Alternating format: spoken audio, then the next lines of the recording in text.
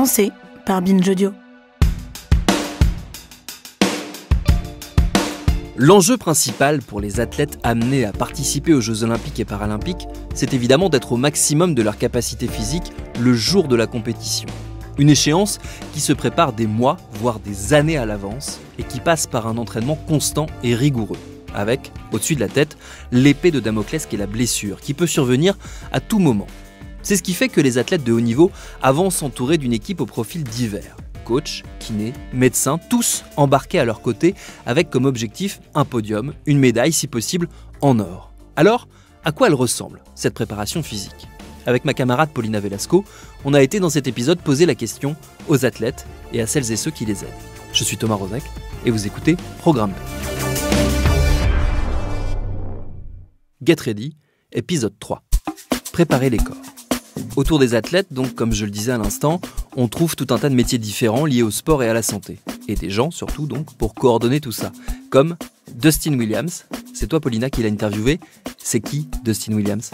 C'est l'entraîneur en chef de l'équipe d'athlétisme américain. Donc en fait c'est quelqu'un avec des années d'expérience en tant qu'entraîneur et coach dans l'athlétisme.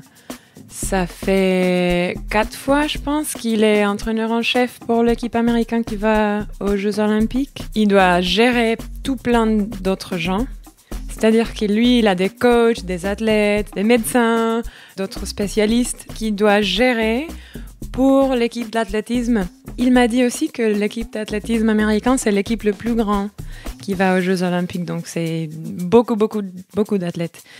Mais chaque athlète a besoin de certaines choses et lui, il doit déployer tous ces gens-là pour aider les athlètes. On entend souvent parler de l'équipe de médecine sportive.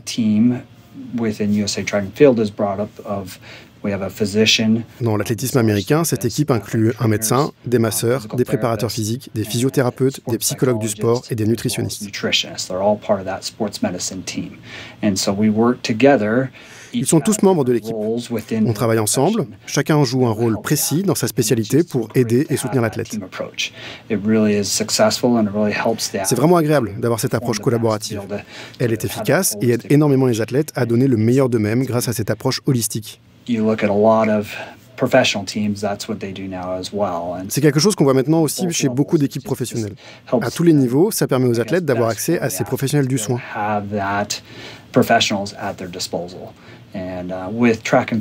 En athlétisme, par exemple, c'est un défi, car c'est une des plus grandes équipes des Jeux Olympiques.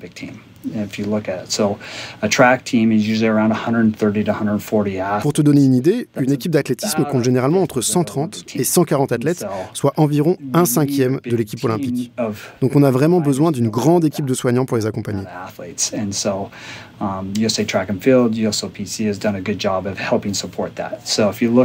On est très bien soutenu par le comité olympique des États-Unis. Quand j'ai commencé en 2008, il y avait à peu près 8 à 10 soignants dans l'équipe olympique. Aujourd'hui, nous sommes environ 15. Avoir plus de soignants a vraiment aidé les athlètes à exceller.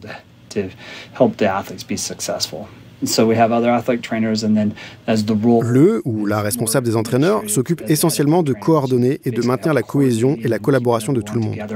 Il y a beaucoup de pièces dans ce puzzle. La plupart du temps, nous disposons de 3 lieux d'entraînement différents. La piste, le village et 3 autres endroits où nous soignons les athlètes. Il faut donc une certaine coordination pour savoir où placer les gens. Je travaille avec nos entraîneurs ainsi que l'administration pour m'assurer qu'ils savent qui est blessé ou qui a des problèmes et ce que nous devons faire pour les aider, et d'autres choses dans ce genre. C'est un rôle unique, mais c'est quelque chose que j'ai apprécié lors des dernières occasions où j'ai eu cette responsabilité. Et je pense que l'une des raisons pour lesquelles j'aime tant ça, c'est la collaboration avec les athlètes. Lors des derniers Jeux, je peux affirmer sans hésiter que j'ai rencontré chaque athlète de notre équipe d'athlétisme. Dès leur arrivée au village, je les rencontrais pour m'assurer qu'ils étaient en bonne santé ou pour voir s'ils avaient besoin de quelque chose, juste pour m'assurer que tout était en ordre. Je mets ensuite mon équipe à contribution. C'est un rôle unique, très stressant par moments. On ne dort pas beaucoup pendant les JO, mais c'est normal. Ce n'est pas pour ça que nous sommes là.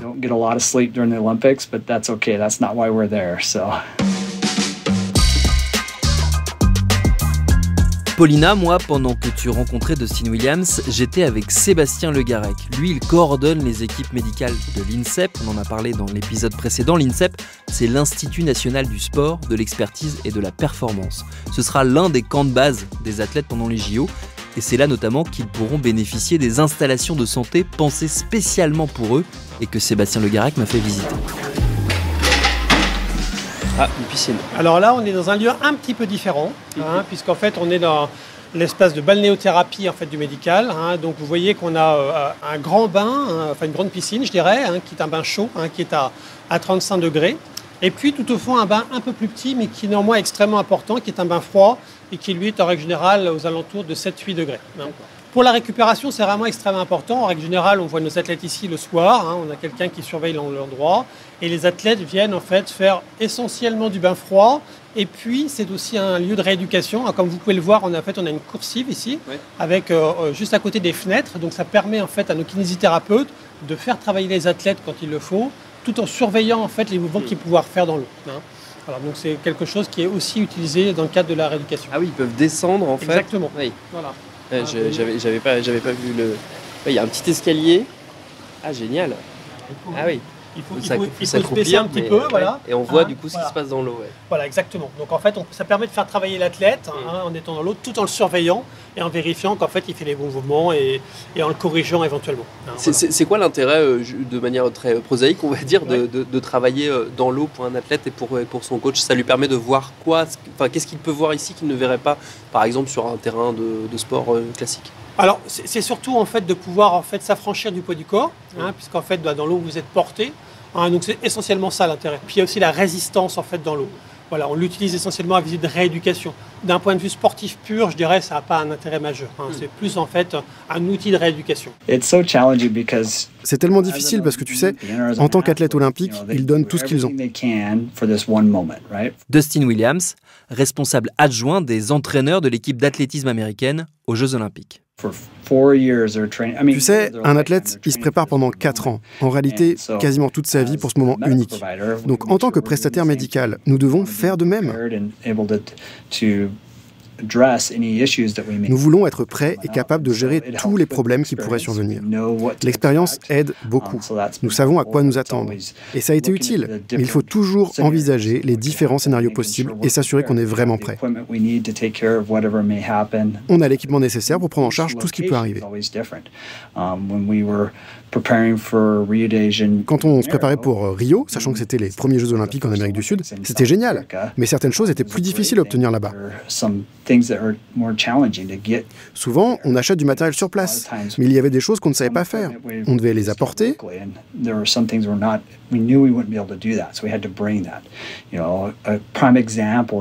exemple frappant, c'est que souvent les athlètes aiment prendre des bains froids. Il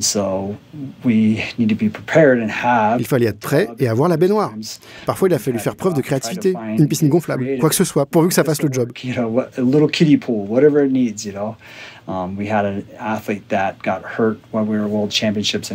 Nous avions un athlète blessé lors des championnats du monde en Chine. Apparemment, on n'avait pas idée de ce que pouvait être une béquille là-bas. We had to get resourceful and I felt like I was doing a little drug deal, but we found a local hospital that had this Il a fallu se montrer ingénieux. On a cru qu'on faisait du deal.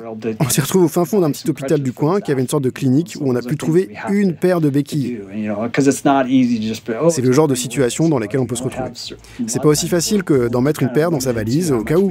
Souvent, on peut être limité par la quantité de choses qu'on peut emporter, donc il faut être ingénieux. Et je pense que dans cet aspect, la préparation est toujours essentielle, tant pour l'esprit que pour le corps. Being prepared for those things. Mind and body.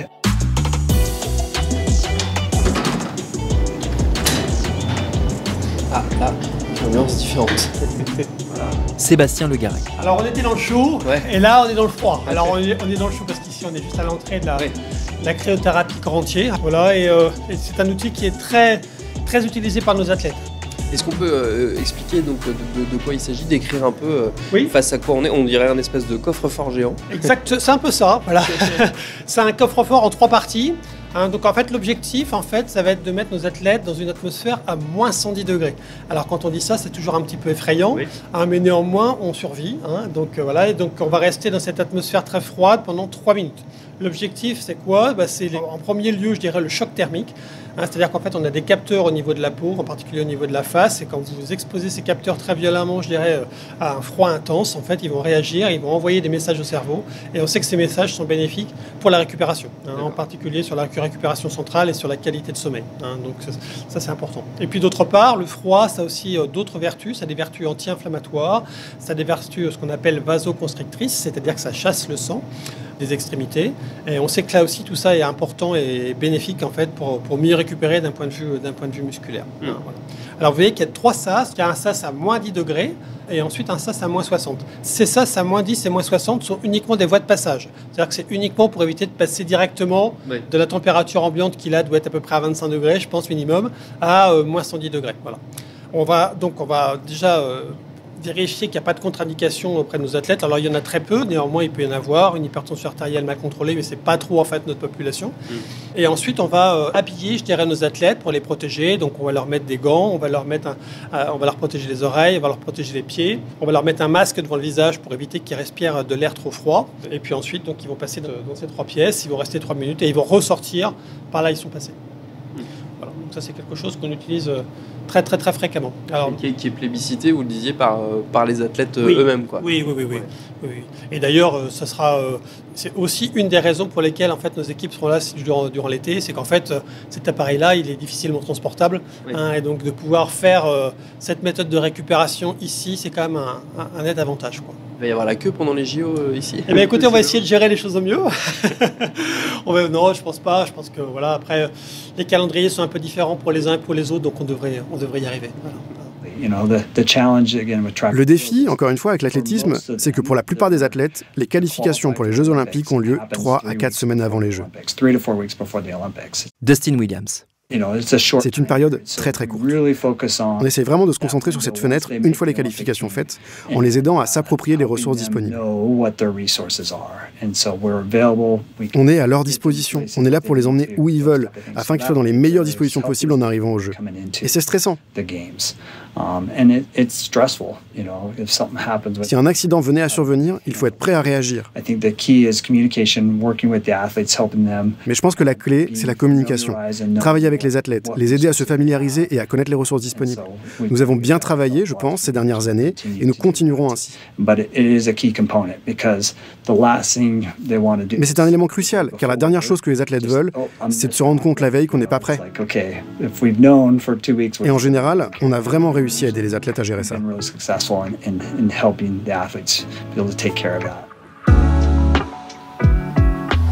On change d'ambiance de pièce en pièce. Voilà, alors donc là on est toujours dans notre espace de récupération. Et donc là vous voyez il y a plein de lits, ce qu'on appelle des hydrogets. Donc ce sont des appareils en fait sur lesquels l'athlète va s'allonger. Et puis en fait c'est un matelas ni plus ni moins d'eau. Vous voyez quand on met la main dessus, vous voyez ça flotte. Ah oui. Voilà, et ensuite en fait on va mettre un programme qui va permettre en fait de... Sébastien Legaret. Voilà, quand vous allongez, en fait, vous allez être massé en fait, de la tête aux pieds. Et en fait, voilà. Alors ça fait partie vraiment d'un circuit, je dirais, de récupération. En fait, quand on reçoit les équipes de France, soit basket, soit handball parfois, en fait, on les met par groupe de 4-5. En fait, et donc un groupe fait la cryothérapie corps entier, un autre groupe va faire la balnéothérapie, un autre groupe va venir ici pour les hydrogés, et un autre groupe éventuellement va être massé par les kinés de l'équipe. Donc en fait, ils tournent comme ça, et donc ils passent 2 heures à ce qu'on prenne soin d'eux. Voilà. Mais c'est important, c'est vraiment des choses qui sont extrêmement importantes. C'est que la récupération, c'est un facteur primordial pour la performance. Donc, en sachant qu'il faut toujours garder en tête que les 2 grandes méthodes de récupération pour lesquelles il faut vraiment être extrêmement vigilant, c'est 1, le sommeil. Et on sait que la qualité du sommeil, elle est vraiment extrêmement importante. Et 2, l'alimentation et l'hydratation. Donc ça, c'est voilà. Tout le reste est aussi important, mais je dirais que c'est en termes d'ordre de grandeur et d'importance, il faut vraiment considérer que ces 2 grandes méthodes, le sommeil et l'alimentation, c'est les points sur lesquels on ne peut pas déroger. Vraiment. Voilà. Dans le cadre d'une compétition comme les JO, est-ce qu'il y a un circuit de récupération qui est différent d'une compétition plus classique, ou est-ce que c'est finalement toujours les mêmes méthodes qui sont appliquées, quel que soit le type de compétition auquel les athlètes ont à faire face? Oui, c'est toujours les mêmes types de méthodes. Alors après, on s'adapte en fonction des moyens qu'on a, évidemment. Quand on part à l'étranger, c'est pas toujours facile. Donc On va essayer d'être attentif sur la qualité des chambres, sur la qualité du noir, sur la qualité des matelas. On va être attentif aussi en général, on se déplace avec des bains froids. Ça va être le cas aussi au Jeux de Paris, puisqu'en fait, la délégation française aura des bains froids mis à disposition. Le massage récupération, ça c'est aussi important. Les méthodes sont toujours un peu les mêmes. Après, on les décline, je dirais, en fonction des moyens qu'on a, mais les méthodes restent les mêmes. On a des kinés qui sont là pour masser nos athlètes, ou alors des méthodes très particulières. On a une kiné qui s'occupe plus particulièrement des chaînes musculaires. Et pour nous, c'est important aussi d'avoir ces expertises de rééducation qui sont un petit peu à part, que ne connaissent pas forcément tous les kinés. Bien que nos kinés aient quand même une formation très large, elles connaissent parfaitement en fait, le sport de haut niveau. Alors ce qu'il faut dire aussi, c'est que nos médecins comme nos kinés, pour la plupart, sont investis sur les équipes de France. Pour ma part, je suis médecin de l'équipe de France de natation. Une bonne partie de nos médecins et une bonne partie de nos kinés sont également en fait, sur des équipes nationales et seront présents en fait, auprès de nos athlètes durant la période des Jeux Olympiques. Donc, ce qui veut dire qu'il va falloir jongler un peu entre ici, puisqu'en fait, l'INSEP sera camp de base en fait, d'un certain nombre d'équipes olympiques et paralympiques durant tout l'été, et puis les lieux sur lesquels on sera avec les équipes de France. À l'heure où on enregistre tout ça avec Paulina, les compétiteurs ne sont pas encore arrivés dans leur camp de base pour les Jeux. Ils sont toujours à l'entraînement. On a eu envie de savoir à quoi ressemblait la journée d'un athlète olympique et paralympique. Alors on a chacun de notre côté été discuter avec plusieurs d'entre eux. Certains ne sont plus en activité, d'autres seront à Paris cet été. Certains ont été médaillés, d'autres n'ont pas vécu les Jeux dont ils rêvaient, mais tous sont unanimes. C'est une expérience unique. 3 drapeaux blancs, médaille de bronze pour Gévry Zeman. Et ce n'est que justice. Gévry remporte la seule médaille qui manque à son palmarès. Elle est 4 fois championne d'Europe, 2 fois championne du monde et dorénavant médaillée olympique. C'est la 4e médaille française en judo. Bravo Gévry, elle est allée chercher cette médaille au courage, à l'envie. Gagner une médaille au JO, c'est sensationnel. Gévry Zeman, ancienne judoka, médaillée de bronze au JO de Londres en 2012. C'est aussi le résultat de toute une vie, toute une carrière. Enfin, quand je dis vie, ma vie d'athlète, de toute une carrière de sportif de haut niveau. C'est le résultat de séances de travail, d'entraînement, de sueur, de pleurs, de larmes, de rires. Voilà, c'est le résultat de tout ça au final. Et c'est condensé dans une médaille olympique, c'est génial. Certes, j'aurais aimé avoir l'or, mais je suis vraiment très, très fier d'avoir eu cette médaille aux Jeux à Londres. Alors, déjà, j'ai participé à 3 Olympiades. Donc, Pékin, Londres et Rio. Et j'avais fait Athènes en tant que sparring partner. Donc, j'étais déjà un petit peu pour m'imprégner de cet esprit olympique. Et pour ce qui est de la préparation au JO, en fait, avec le recul, je dirais maintenant que la préparation, elle est pareille au final que pour un championnat du monde, par exemple. Parce qu'en fait, il y a des stages qui sont prévus à l'étranger pendant un certain temps. Il y a aussi tout ce qui est... et notamment lorsque les Jeux ont lieu loin, il faut se déplacer un petit peu en amont par rapport à tout ce qui est décalage horaire, etc. Moi, je me souviens de Pékin. On est parti longtemps à l'avance, d'abord au Japon, et ensuite, après, on a basculé sur la Chine. Et pour Londres, moi, dans l'état d'esprit dans lequel j'étais, je souhaitais justement que ce soit une préparation... entre guillemets, comme d'habitude, parce que j'avais loupé le coche à Pékin. J'étais dans un état d'esprit où plus jamais comme à Pékin, justement, et que, du coup, pour aussi m'enlever de la pression, de cette obligation que je me donnais en tant qu'athlète olympique, parce que le titre olympique, c'est le seul titre qui me manquait, finalement. C'était la cerise sur le gâteau pour moi. Donc, je voulais justement que cette préparation soit classique. En tout cas, dans mon état d'esprit. Donc, même si elle n'était pas sur le papier, mais en tout cas, pour moi, je faisais en sorte qu'elle le soit, quand bien même je savais que c'était une prépa pour les Jeux, quoi. Mais surtout, en fait, moi, je prépare ces Jeux. J'ai une stratégie, je les prépare depuis 3 ans. Arnaud Assoumani, sauteur paralympique, 5 fois médaillé aux Jeux. J'ai reconstruit à partir du moment où je me suis dit, je repars. Déjà, c'est tellement d'énergie, c'est tellement de temps, c'est tellement de sacrifices également au quotidien. Et on n'est pas que sur la vie professionnelle, c'est vie professionnelle, personnelle, c'est holistique. Qu'il faut savoir pourquoi on le fait. Donc, généralement, si on trouve la réponse et que ça fait sens, il n'y a pas de j'y vais à 90%. Non, j'y vais à 100%. Et après, effectivement, moi, j'ai reconstruit une équipe depuis 3 ans. Je m'entraîne du côté de Montpellier. Et chaque année, alors après, ça a été un combat. Ça n'a pas été évident parce que on n'a pas énormément de moyens en France. J'ai la chance d'avoir des partenaires. Mais c'est pareil, il fallait que j'ai des partenaires fidèles. Mais j'avais aussi des besoins, malgré le fait que je suis multimédaillé mondial et paralympique. c'est après le Covid, parce que le Covid a été très compliqué, puis on n'a pas été vraiment soutenu. Hein. Donc il fallait reconstruire et maintenant j'ai une très très belle équipe autour de moi du point de vue sportif et puis du point de vue aussi professionnel. Tu sais, tu t'entraînes pendant des années pour ce moment. Dawn Burrell, ancienne sauteuse en longueur, membre de l'équipe d'athlétisme américaine au JO de Sydney en 2000. Donc chaque année, tu fais mieux que l'année précédente. Tout est conçu pour atteindre cet objectif. Ce n'est pas forcément que tu t'entraînes différemment, c'est juste que tu développes le programme d'entraînement que tu avais déjà mis en place l'année précédente. Ça fonctionne en cycle de 4 semaines, en gros. Lex Gillette, sauteur paralympique, 5 fois médaillé d'argent aux Jeux. Donc, toutes les 4 semaines, le programme change. Et cela dépend simplement de la période de l'année durant laquelle nous nous entraînons. Au début, cela pourrait consister à travailler sur l'endurance. Ensuite, le cycle suivant pourrait être la puissance ou une autre forme de force. Chaque cycle a donc un thème spécifique, un objectif précis. Quelque chose que nous essayons de maîtriser pendant cette période. Tout est stratégique, au point qu'une fois que tu arrives à la grande compétition internationale, il faut que tu sois comme une machine bien huilée, prête à sortir et à faire des ravages. I should have looked this up, but are you going to Paris this year? Je prévois d'y être. Je ne sais pas pourquoi je n'y serai pas. Mais nous avons nos sélections en juillet. Comme pour tout, tu dois passer par le processus.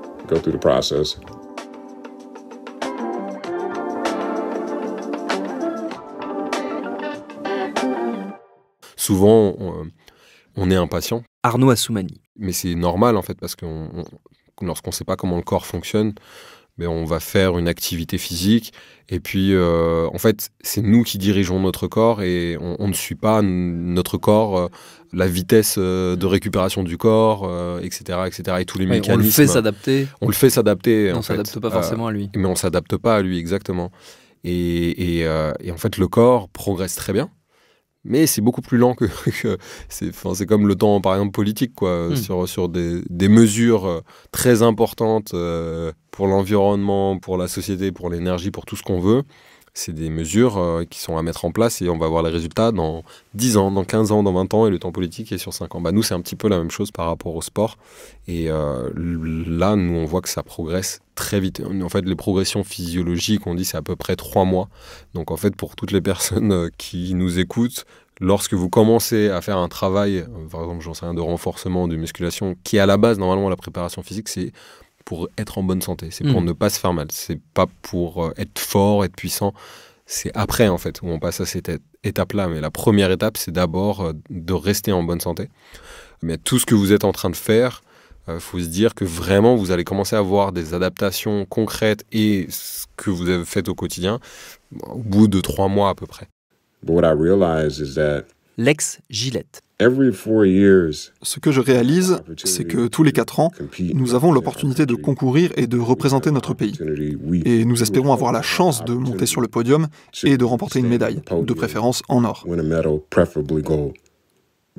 Mais quand tu commences ce voyage le premier jour, c'est littéralement juste une idée. C'est quelque chose que tu visualises dans ton esprit.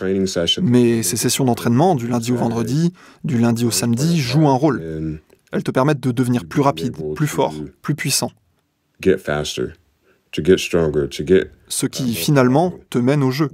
Tu livres une performance impressionnante. Tu te retrouves sur un podium et quelqu'un passe cette médaille d'or autour de ton cou.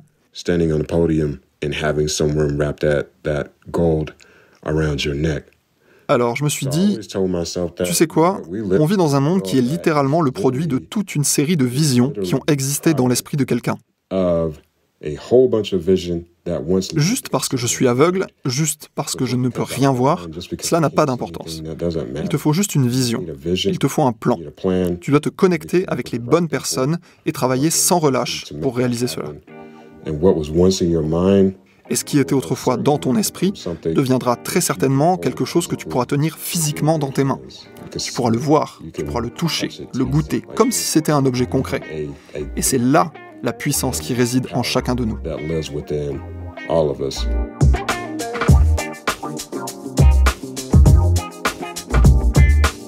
Alors, il y a deux choses en judo. C'est effectivement le fait que ce soit un sport de combat, mais la deuxième chose, c'est que c'est un sport à catégorie de poids. Gévry Zeman. Et la première préparation et le premier combat, comme on a l'habitude de le dire en judo, c'est déjà d'arriver au poids. Pour ceux qui ont des difficultés à l'être, ou ceux qui ont un poids de forme au-dessus de leur catégorie de poids de compétition. Donc la première chose, c'est déjà d'être au poids, en 1.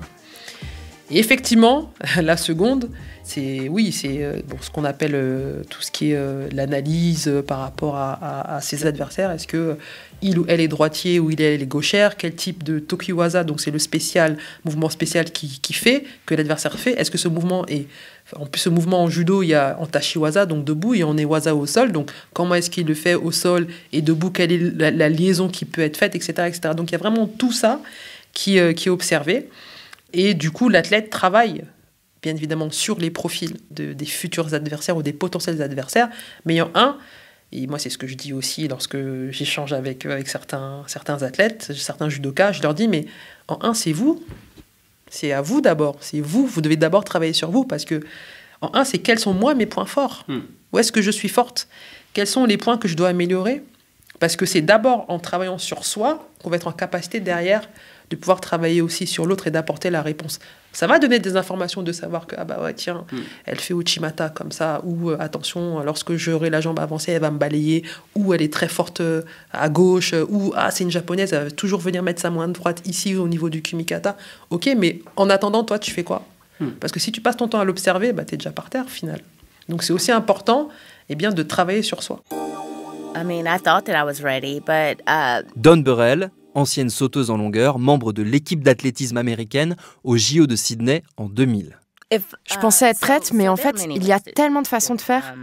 Donc voilà comment j'ai fait. Chaque jour, je travaillais pour avoir confiance pour le lendemain. Ça signifiait que j'essayais toujours de faire mieux.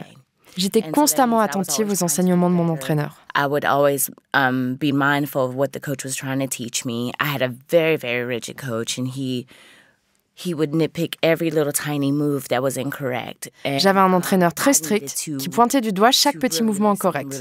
J'avais vraiment besoin d'écouter et de tenter d'exécuter exactement ce qu'il demandait.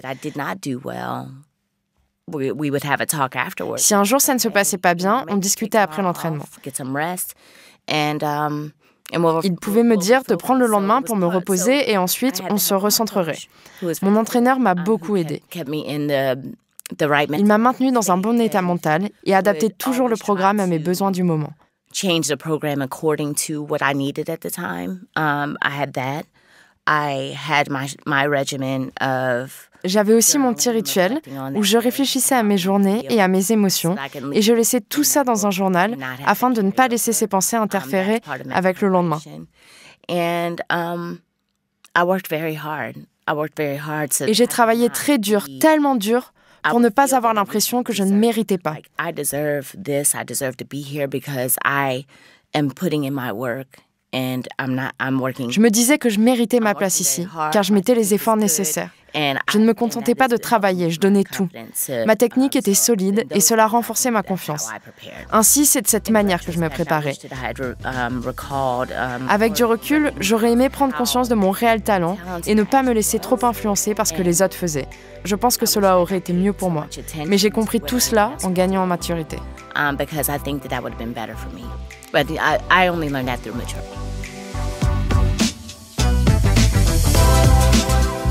Ce que décrit très bien Dawn Burrell, c'est la force de l'esprit sur le corps, aussi entraîné soit-il. Si le mental vous lâche, la pression des jeux est telle que le podium devient inaccessible. Alors comment est-ce qu'on se prépare psychologiquement à vivre une telle épreuve ? C'est ce qu'on va voir dans le prochain épisode.